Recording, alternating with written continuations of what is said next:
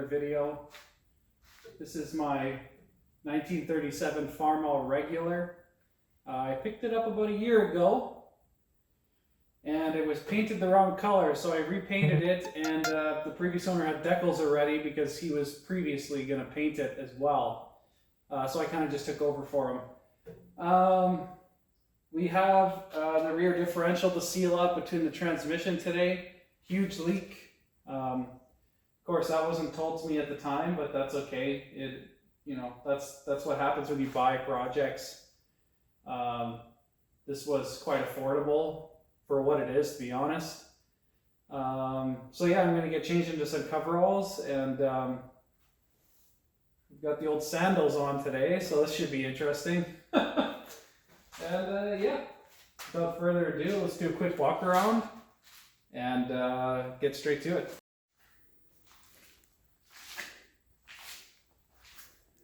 So I've started already mocking up what I want to do here, but here's kind of a look of the beast. Quite nice shape. But like I said, I'll be going in depth about this once it's running better and I can actually drive it around more without having oil dripping everywhere. As you can see, it's out the back already. You see remnants of the old color. I might just leave that, but we'll see. And yeah. So I figured the cherry picker might be the best option. Wrap it around the transmission. Right here it's leaking. Right down in there. So for you guys that don't know anything about the Farmalls, clutch, a little drive shaft into the transmission. Usually, I mean, if you guys don't know, more guys are into cars and stuff. And most tractors, actually, the transmission is mated to the engine right after the clutch, and then you'd have a drive shaft to your differential. But they decide to do it this way, and I think it's not a bad idea. It shouldn't really make a difference.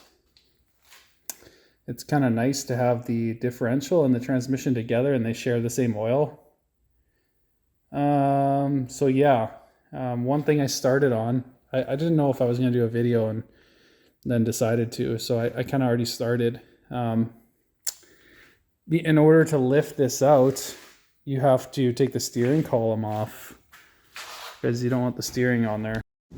I guess what we have to do is probably block it up at the front, but I think mostly the strap will kind of keep it straight, but I don't know. We'll see. All right, here's an update. A lot of the bolts go through the inside. You can see them down there. So I have to take this cover off. And then the real kicker, which adds a lot more work, is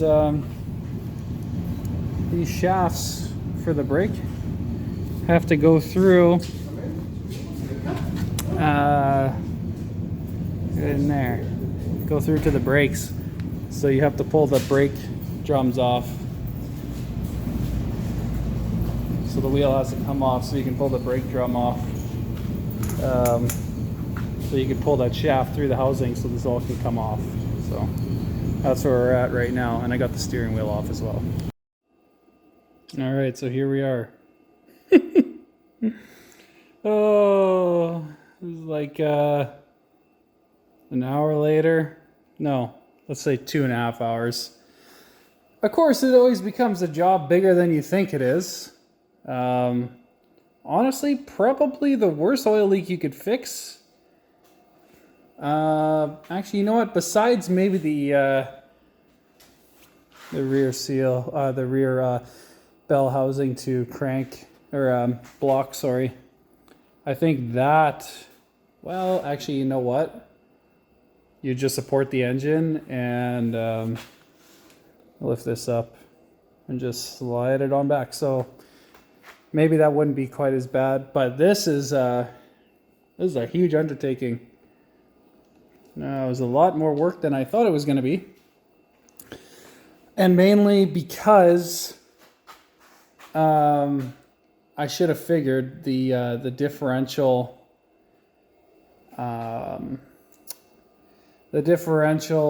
stays on the transmission. It is a part of the transmission. Now, for some reason, I had just thought that this was meant to go with this whole assembly, and then life would be easy. You just unbolt it and roll it back. But since the differential stays in the transmission, the axle shafts have to come out because you can't pull it.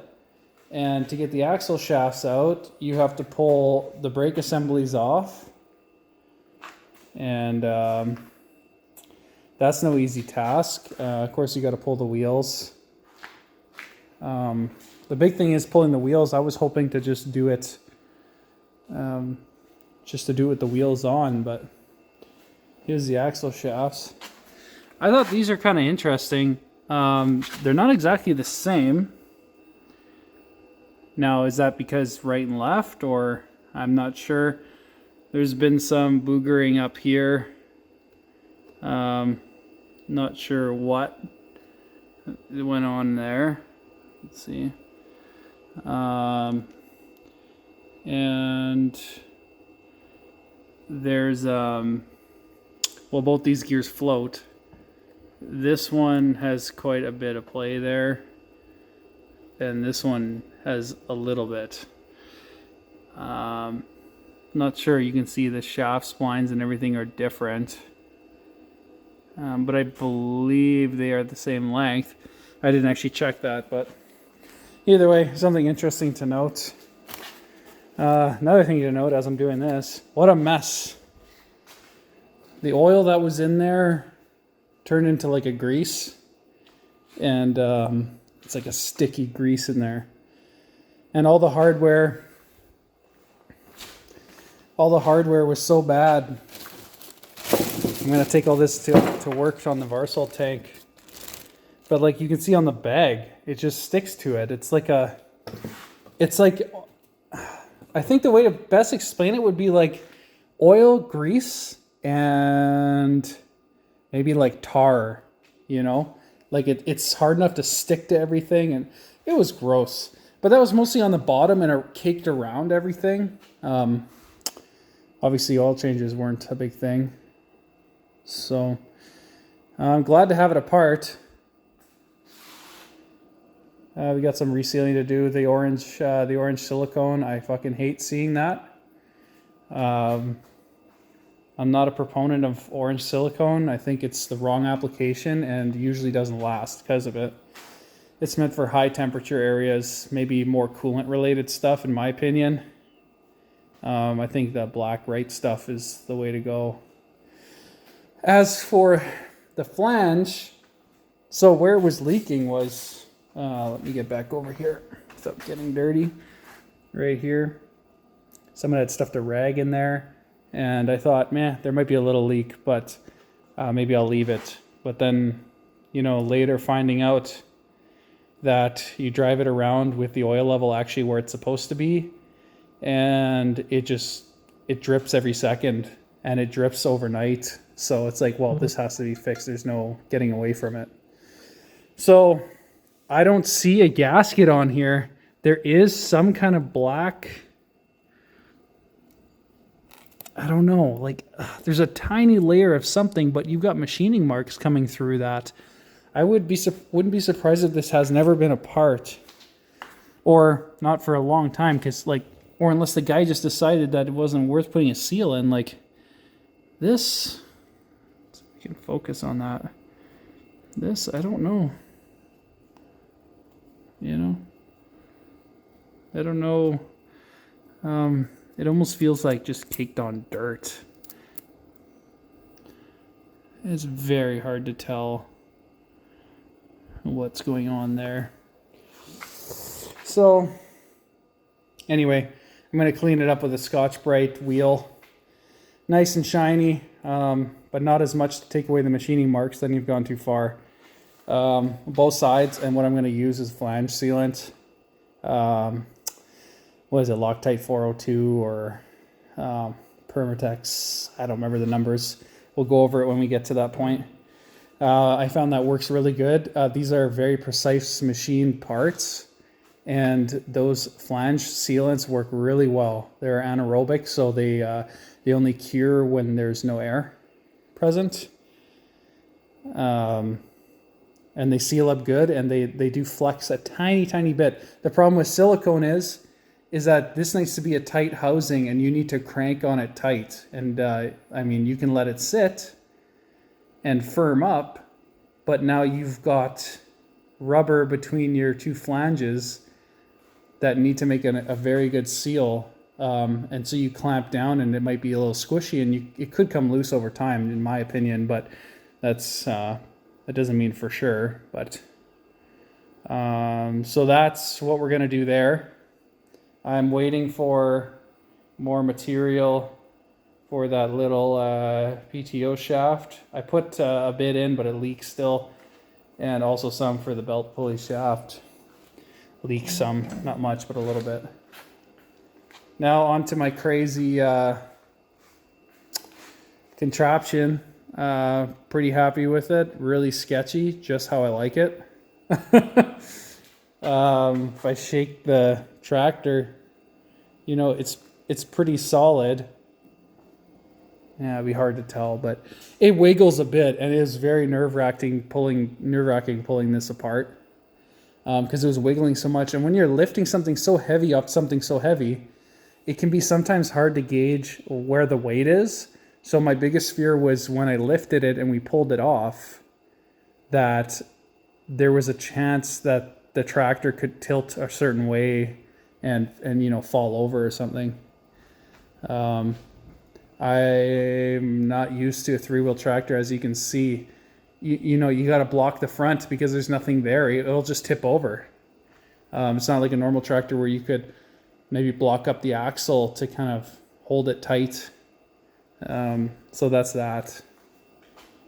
Able to move the steering wheel out of the way off its shaft here. I tried down here first, but it was so seized and I don't want to bust it.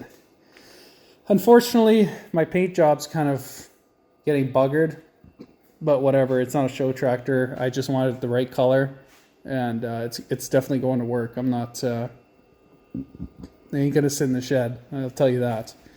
So unfortunately, the paint was pretty expensive, and I put a decent amount of time into it. I'm trying something that's maybe, well, obviously not proper. What I did was kind of an experiment. I did a 2-part epoxy primer over the existing tractor with almost nearly no prep.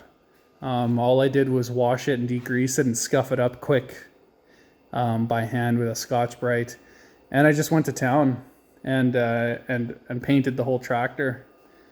And then of course, you know, you let that primer dry, and then you scuff it up good and shoot your clear or your paint. It's just a single stage. I'm so far pretty impressed. It seemed to adhere really well. That 2-part epoxy primer is really good, and that's what I was hoping, is it was going to etch into the old paint and anywhere it could, even if it's not perfect. And it seems to have done the job pretty good. I had the wheels on at the time. So it's not perfect, especially where oil was leaking. You know, it just painted over the oil, which is not ideal, obviously. But when you're working with, I'm working with, you know, the budget is okay, but the time is not high. And like I said, this isn't no collector piece. It's just, it looks pretty good from 10 feet away type of thing. So it's a brand new paint job too, so we'll see. As you can see here, overspray like crazy on those wheels. But my plan is that I'm going to be painting the wheels red while they're off the tractor, because they're supposed to be red. And I just wasn't happy with the finish, so we'll clean them up and reshoot them. I got some red. So that's kind of that, if you guys are wondering. Same with the hubs. I'm going to mix them up and paint them with a brush. Those are supposed to be gray. So yeah, I think that's going to wrap it up here. But, well, actually, there's one more thing. The back cover here was siliconed. And I have the axle hub out because the final drive, I had replaced a seal in here that was leaking really bad. So that was the first thing I did. So yeah. Here's my parts. You got all kinds of stuff going on here. The brake, I guess you would call this the axle brakes. Final drive brakes, axle brakes. Then you've got your back cover. Some of the hardware for the cover, like for instance, these go here. Lots of bolts, like I said, to clean. We got our daily dose of asbestos brakes, so that's good. And it looks like those seals are leaking a bit, so I might change those. So that's going to do it for this installment of the, what should we call it? Farmall Regular differential oil leak repair, whatever. It might be a little wordy, but next time you see this, we will be cleaning up the faces, the surfaces, reinstalling the axle housing, and hopefully putting it all back together and putting some oil in it and praying that there's no leaks. I'm waiting for a couple parts, like those seals for the pulley and the PTO drive. I might wait on that. I might wait to put it all together till I get those in, so I can and do it now because it's so much better access. We'll see about getting seals also for the final drive, or I guess it'd be the axle, the pinion seals, I guess you'd call them. And take a look at that final, or the axle seals as well, since we're here. Everything's apart, so now's the time to do it because I don't really want to open this up ever again. So, one thing I didn't note, the pinion and crown gear for the differential look pretty good. The backlash is, well, there's quite a bit of backlash. I think maybe, if I remember, we'll measure it next time. And I think I'm going to leave it only because a little looser is better than a little too tight, and I don't know what the tolerance should be. Considering the wear pattern's pretty good, I'm just going to leave it as is. It's not helical cut anyway, so yeah, I think that's going to do it, guys. Take care. We'll catch you around. Hopefully, we'll keep working on this in the next couple weeks.